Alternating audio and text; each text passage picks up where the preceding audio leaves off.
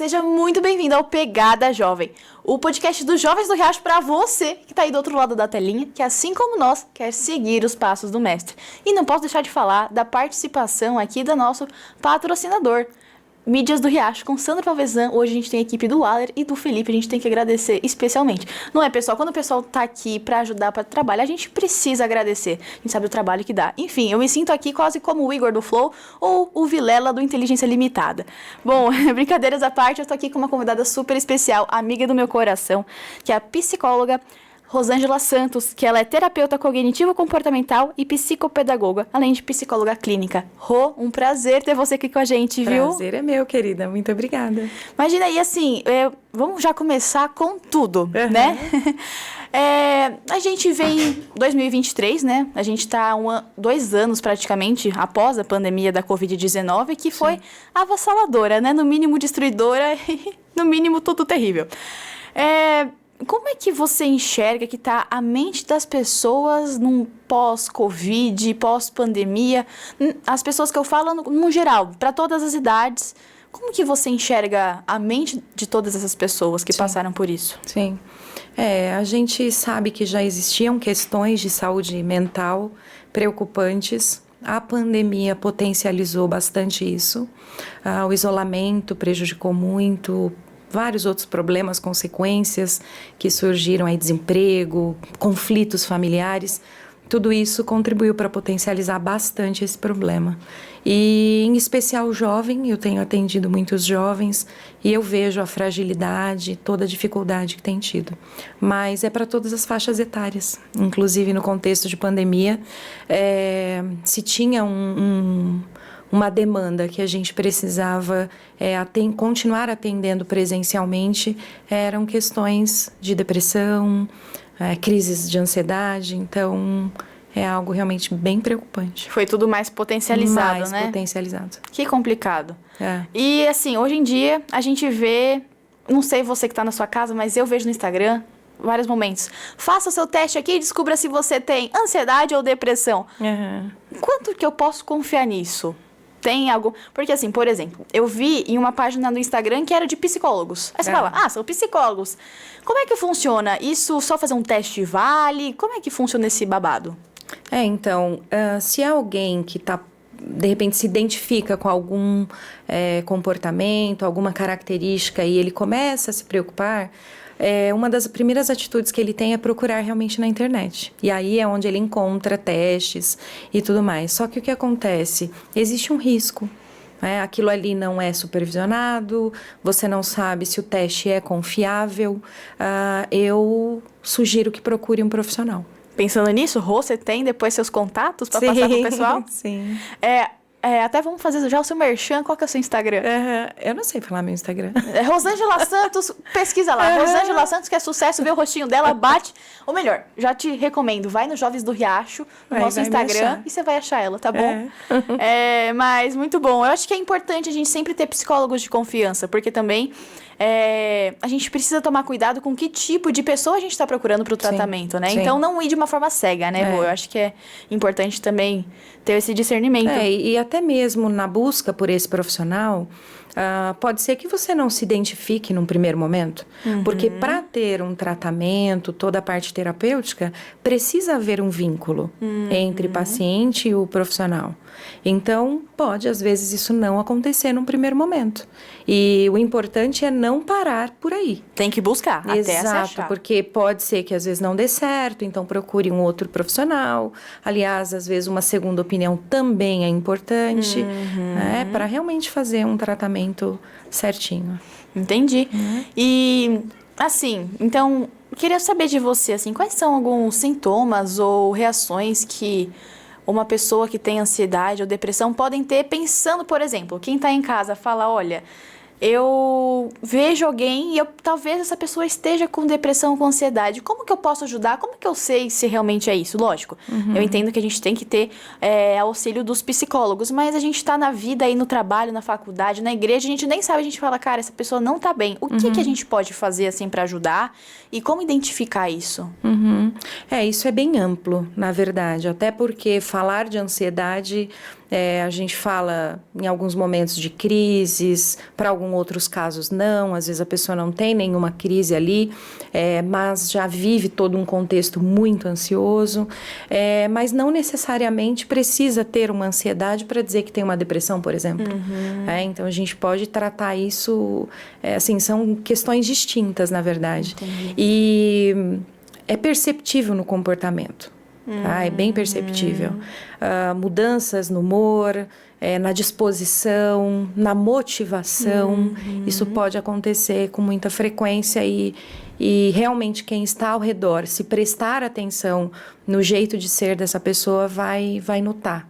Eu vejo que hoje, nesse mundo corrido que a gente vive, nesse tempo cheio de compromisso, muitas pessoas estão juntas, mas não estão conectadas. É verdade. Então, infelizmente por isso, muitas vezes ninguém nota que tem alguém sofrendo ali. Não é à toa que a gente se sente impotente quando nós ficamos sabendo de algum caso crítico de depressão ou mesmo de tentativa contra a vida por causa disso. Porque estar perto não significa que haja uma conexão e que de fato entenda que tem alguém ali com necessidades. E até porque esse é um assunto muito delicado para a pessoa querer se abrir e mostrar vulnerabilidade. A fragilidade é complicado, Exato. né? E até, né, mencionando isso, em específico a depressão, a gente vê outros transtornos, não só a ansiedade. Tem outras reações, outros comportamentos que impactam e que contribuem. E faz todo sentido até do porquê que a pessoa desenvolve. Sim, tudo e até isso. eu vou trazer uma polêmica. Depressão, ansiedade é sinônimo de falta de relacionamento com Deus? Alguma coisa nesse aspecto? A pessoa falta alguma coisa? Como é que funciona? Não tem nada a ver Não é frescura, né? Não é frescura. Apesar de muitas vezes as pessoas que passam por isso ouvirem esse tipo de coisa, e aí faz com que elas se sintam mais para baixo ainda, mais vulneráveis e mais incapazes de lidar com o problema. Até mesmo profissionais que às vezes invalidam alguns sintomas, não valorizam e infelizmente a pessoa não recebe o atendimento adequado. Me chama muito a atenção, por exemplo, algumas pessoas com histórico depressivo de muito tempo tomando medicações e aí depois de bastante tempo mesmo de tratamento, faz um exame e descobre que a serotonina está baixa. Ah, entendi. Então, por exemplo, toma uma medicação durante um período grande e não faz efeito. E aí depois busca uma opinião de um outro profissional e esse profissional, muito assertivamente, faz o exame e descobre uma serotonina baixa. Então, pode ter essa alteração bioquímica mesmo, que contribui. Pode-se dizer que é interessante não só procurar um psicólogo, mas também outros médicos para, primeiro, checar se tá tudo certo. Sim. Faz aquela batelada de exame, faz o check-up. Sim. E aí se fala, cara, não tem nada aqui, aí vai pro psicólogo, que eu acho que é mais assertivo, né? Ou assim até fazer isso... acompanhando já, né? Tudo. Não é? Já ninguém procurar... merece ficar sofrendo sem necessidade. Exatamente. Né? Faz um check-up, pode passar no endócrino, pedir vários exames, já dizer quais são as sensações, procurar, sim, né, um médico, um especialista, um psiquiatra, e procurar já uma terapia, por que não? Sim. Para ver toda a parte psicológica. A gente tá chegando, a gente ouve muito falar Setembro Amarelo. A gente sabe que tem a ver com depressão, com suicídio, infelizmente. Você pode contar um pouco mais pra gente como que funciona isso, o porquê que é tão importante esse tema? Eu acho que, do meu ponto de vista, as pessoas falam, é mais um mês aí que estão falando, né? Tem novembro azul, tem outubro rosa, sim, todos são importantes, mas pensando na pessoa que está assistindo a gente, você, como que eu posso trazer essa data para o meu dia a dia de uma forma mais consciente? Na verdade, o grande cuidado é esse mesmo, a conscientização. E da mesma forma que a gente tem todos esses outros meses e cores, que essa consciência seja de um ano todo. Exato. Veja que a gente já começa com o janeiro branco. É que é da ansiedade, né? É, na questão da saúde mental, né? Já verdade. pensando nisso. Então, o propósito é justamente esse. É que, a princípio, houve um caso que foi justamente no mês de setembro e, por isso, criou-se, né? Entendi. Levantou-se essa bandeira do Setembro Amarelo, em função de um caso em específico que aconteceu. Mas, né, não pode ser só setembro. Exato. Tem que ser em todos os outros meses. E então, de forma prática, assim, para quem tá em casa, até pra gente na vida, né? Verdade. Como que a gente pode colaborar com a pessoa que tá passando por algum sofrimento? Eu já entendi que a primeira coisa é, você não vai falar que é falta de Deus, porque não tem nada a ver uma coisa com a outra. Como que eu posso ajudar? Sendo gentil, lógico, mas Sim, tem algumas sim. outras questões? Então, é o apoio, o acolhimento, a atenção, porque às vezes as pessoas falham pelo excesso, fazendo também é verdade. comentários que não contribuem. Então, por exemplo, você precisa parar de fazer isso, você precisa, por exemplo, caminhar. Já deu então, ranço. vem ali uma imposição na tentativa de ajuda. Eu entendo que quem é próximo, às vezes pode ficar meio desesperado de ver uma pessoa que ama numa situação como essa. Mas algumas frases, ao invés de ajudar, impacta de uma maneira tão negativa que acaba afastando ainda mais aquela pessoa das possibilidades que ela tem. Agora, veja, se ela está... não tem uma disposição como antes, se ela não tem forças, tá? Nesse momento para lutar, ela vai se incomodar ainda mais, ela vai se sentir menos, assim, muito mais impotente. E isso dificulta as coisas. Então, o melhor caminho é através dessa escuta, desse apoio. Um abraço fala muito mais do que as palavras.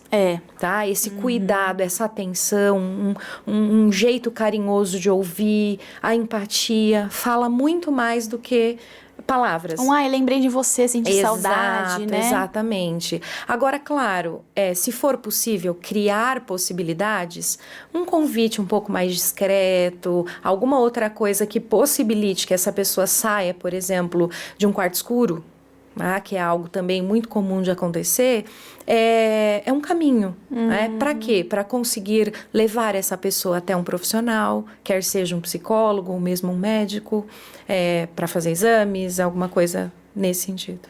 Eu acho que hoje em dia tem muito essa questão, né?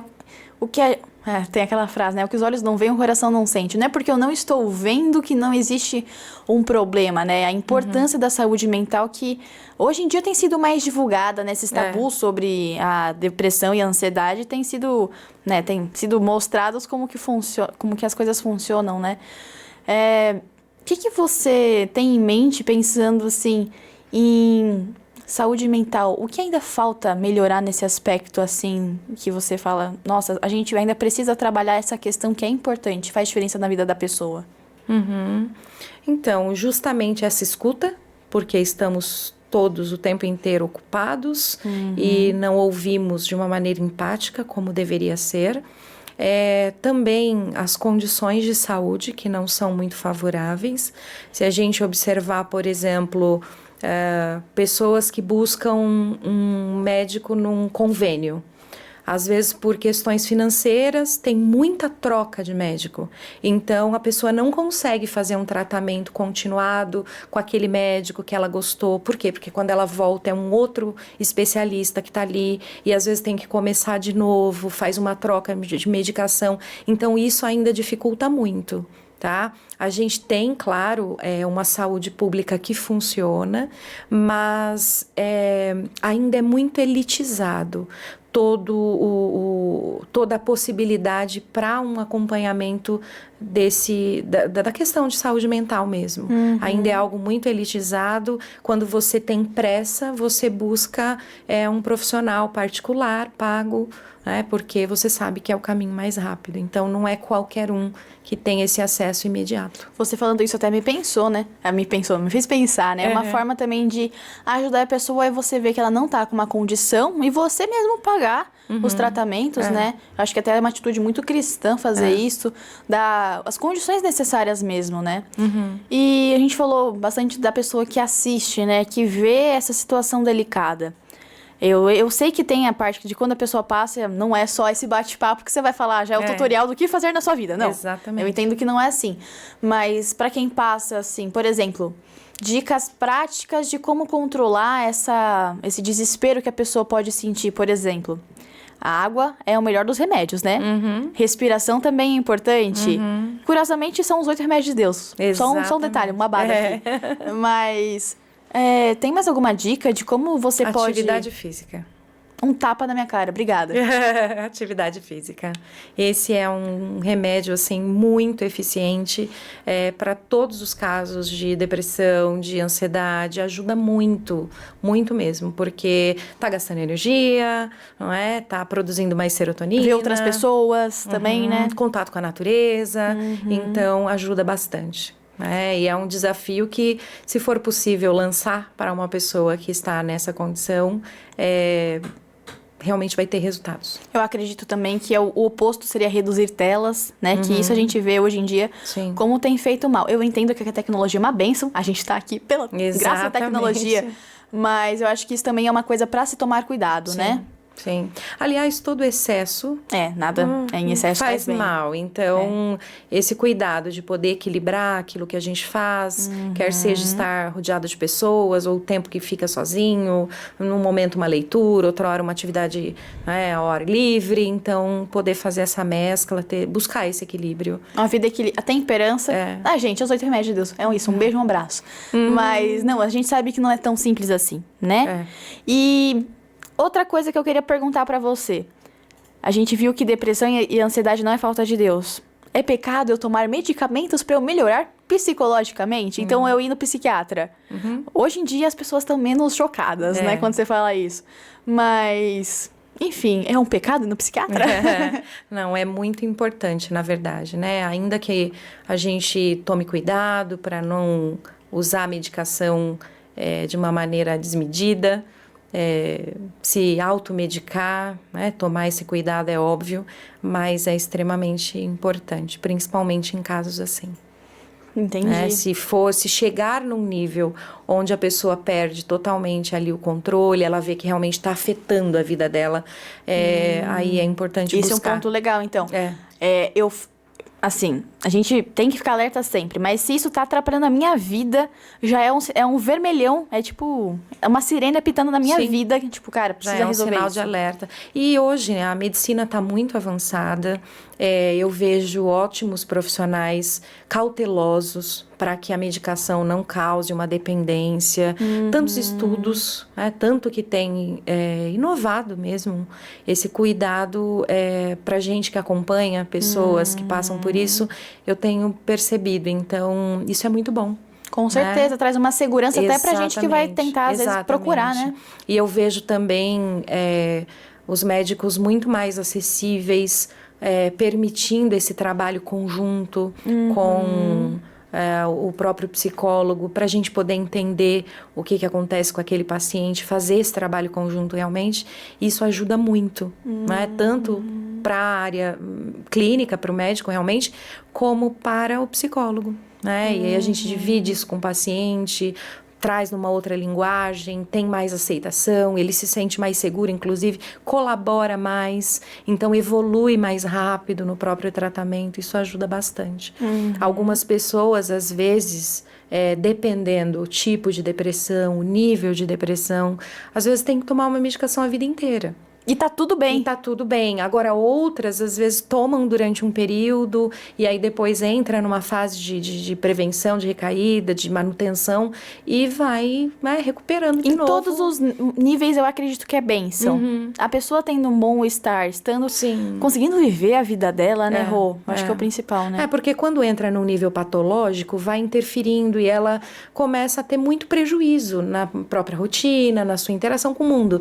E à medida que ela aceita uma medicação, se realmente for o caso que ela precise, ela recupera de novo, né, o controle da própria vida. E aí, aos pouquinhos, o médico vai fazendo a retirada e, de repente, depois disso, consegue ter uma vida saudável novamente. Como a gente conversou, é uma doença como qualquer outra. Exatamente. Né? Se a gente não cuidar, às vezes uma dor de barriga vira uma infecção e você vai parar no hospital, né? Não que isso tenha acontecido comigo, imagina, só, enfim, coisa da vida. E assim, Rô, eu, por exemplo, tenho algum amigo que tá precisando de uma emergência, eu sei de alguma coisa, o que eu faço? Eu grito, eu não sei, o que a gente faz numa situação? Nós temos muitos profissionais, principalmente o psicólogo, que tem atendido por valor social, que é um valor bem abaixo da tabela do conselho, e também alguns psicólogos que atuam de modo gratuito em algumas plataformas, legal. tá? Então, por exemplo, na pandemia foi o auge, onde nós atendemos muitas pessoas, eu digo nós porque eu também fiz parte dessa plataforma para ajudar, de certo modo, aí tantas pessoas que precisavam de apoio naquele momento. E aí, por exemplo, o serviço do ouvido amigo, ele está em 8 países. Nós temos 8 países aí fazendo atuação através desse serviço, como outras plataformas. Eu estou dando o exemplo do Ouvido Amigo, porque é uma plataforma que eu participo, mas tem outras com esse serviço gratuito. Não é para um tratamento continuado, mas pelo menos nesse primeiro momento de emergência que você citou, ele tem essa intenção. Então, ali, ele acolhe e ele também dá os devidos encaminhamentos para que a pessoa possa encontrar algumas saídas. Então, por exemplo, na pandemia, nós chegamos a atender em torno de 16 mil pessoas. Caramba! Tá? Então, assim, eram psicólogos espalhados aí por todo o Brasil, né? Em regiões diferentes. E chegou a bater aí 16 mil pessoas para atendimento nesse serviço. Então, imagina outras plataformas, não é? Outros serviços que contribuíram para isso também. Eu vou compartilhar o número até que você me falou deles, né? Mas eu acho que fica uma lição pra gente, né? Pedir ajuda não é fraqueza, é coragem. Ter em vista a libertação disso, né? Desse mal que, infelizmente, a gente pensando no ambiente cristão, infelizmente faz parte do pecado, assim como qualquer outra doença, né? Então, eu acho que olhar com os olhos realmente vendo o seu irmão do seu lado, eu acho que é a melhor forma de lidar com isso. E eu acho que outra coisa que é importante, eu vou falar o telefone antes que eu esqueça, tá? Então só um minuto. O telefone, anota aí, gente. 19 38 77 90 22. Repita. 19 38 77 90 22. Me senti um cara do SBT falando os números. Esse que você passou, Elisa, ele é de São Paulo. De São Paulo. Mas se uma pessoa entrar na internet e colocar ouvido amigo, ele já encontra. Ela vai encontrar vários links diferentes, porque a gente tem espalhado em 8 países. Legal.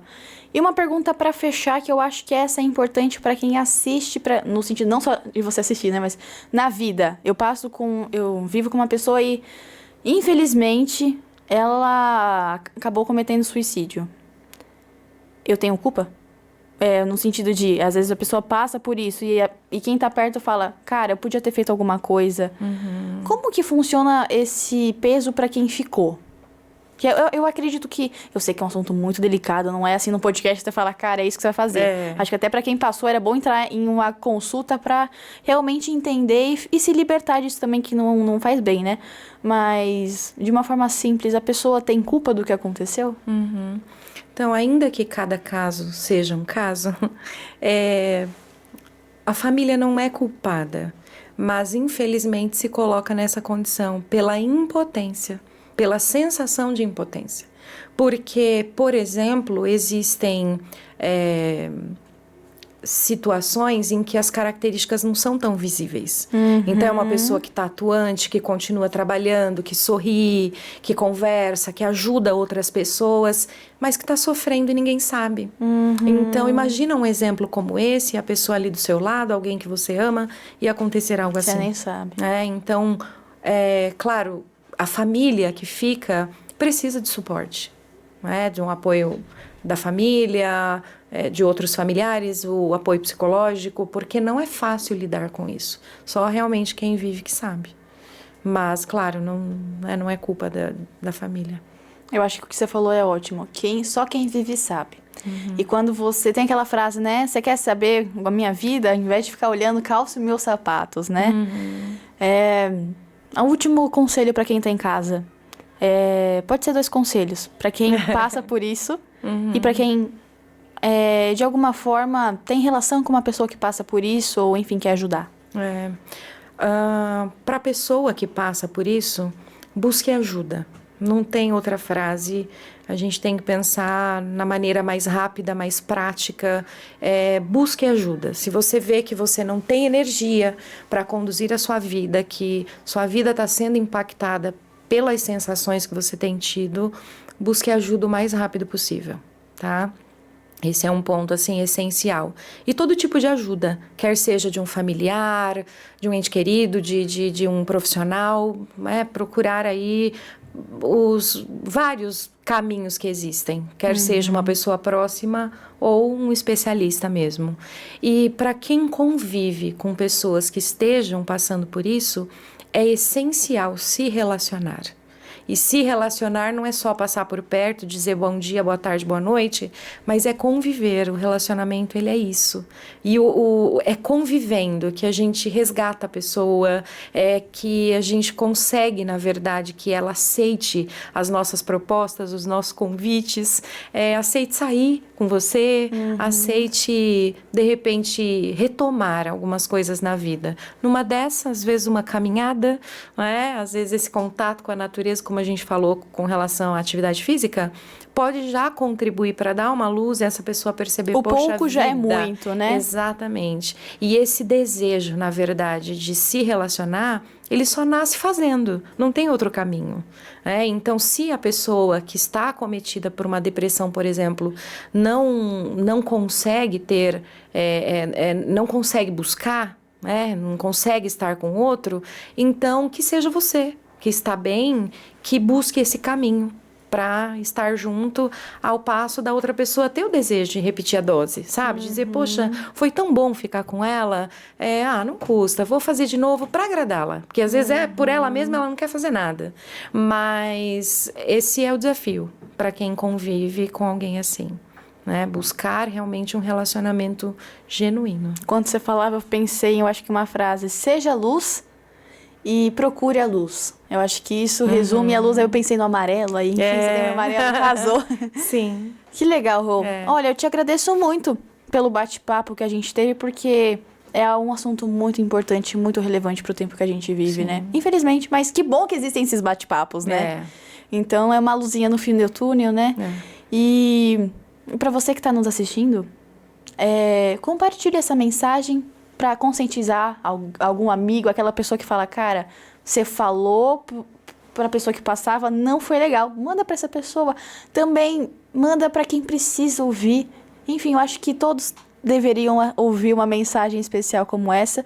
E lembre-se, a importância do cuidado com a nossa mente não é só em janeiro ou setembro, mas de janeiro a dezembro e dezembro a janeiro novamente. Enfim, você me entendeu, né? Porque você me entendeu.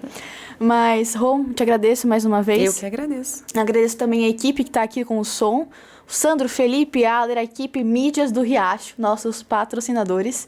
E é isso, a gente te espera no próximo Pegada Jovem. E esse foi mais um Pegada Jovem. Inscreva-se no canal, curta, comente o que você achou e compartilhe para todos os seus amigos.